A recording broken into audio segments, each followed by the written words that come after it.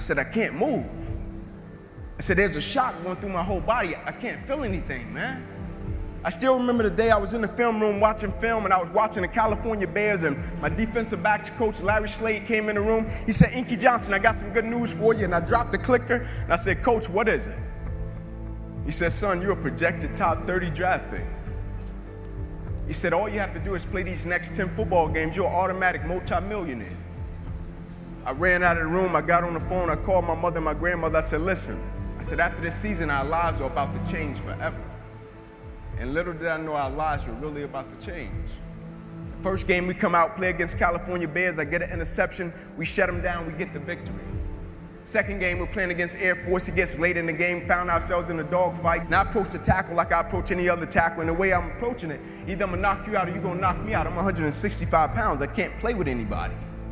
But at the point of contact, when I hit this guy, something different happened that had never happened to me before in my life.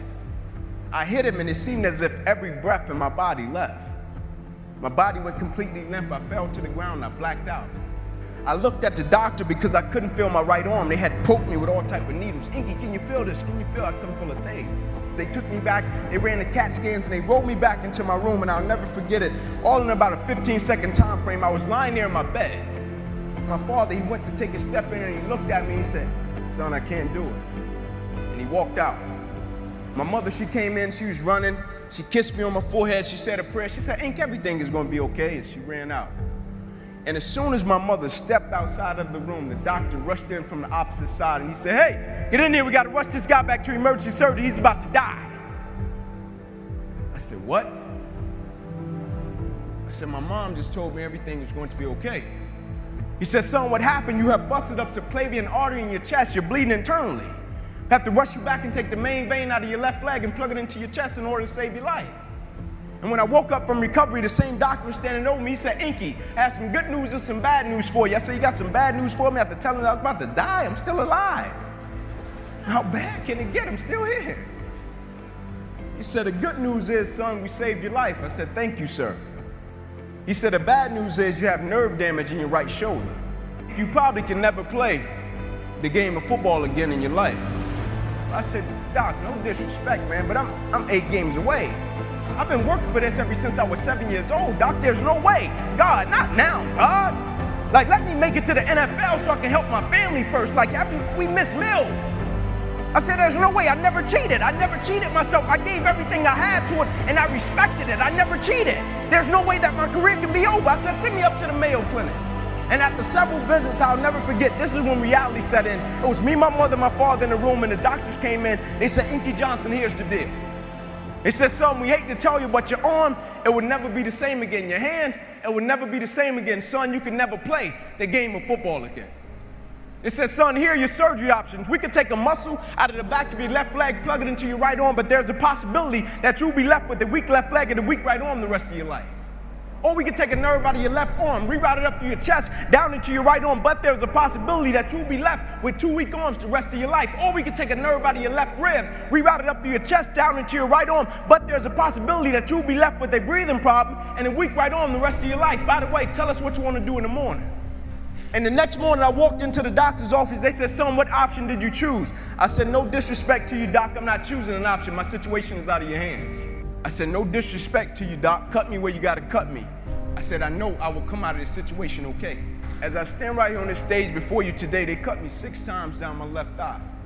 They cut me 2 times across my right rib. They cut me 2 times across my right pec. They cut me 1 time across the left side of my neck, 1 time across the right side of my neck. They cut me from the bottom of my armpit all the way down to the bottom of my hand. And after they got through cutting on me, they said, son, you're going to be in this hospital for the next 40 days. I walked out of the hospital on the 3rd day. They said, you broke a record. How did you do it? And I said, first and foremost, the thing I want y'all to understand, I will never let a circumstance or a situation define my life.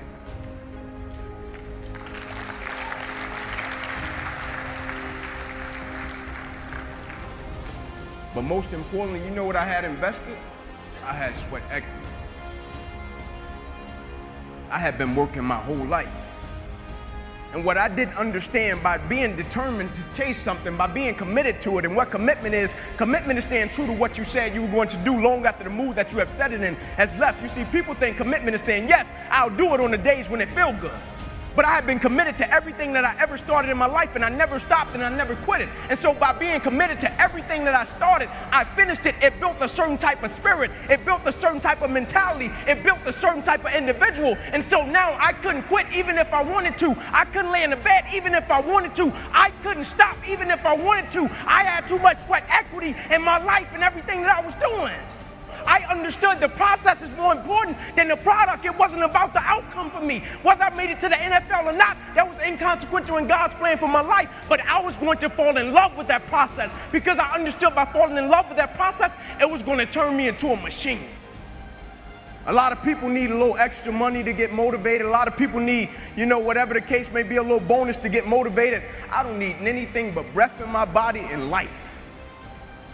And every day I wake up, I understand I got 2 children depending on me. I understand I got a wife depending on me. I understand I got a world that needs me. The reason I go at life with the passion and the zeal that I go at it with is because I understand every day of my life is somebody in the world that is dependent on me. It may not be you, and if it's just about you, you're in trouble because I'm telling you, you're gonna hit something in life that's a lot tougher than you, and it's gonna test your will and it's gonna test your heart. And if it's just about you and if it's just about the product, it will crush you. Every day I get up, I understand it's somebody in the free world that's looking at me to see if I'm going to keep going. And so I can't quit.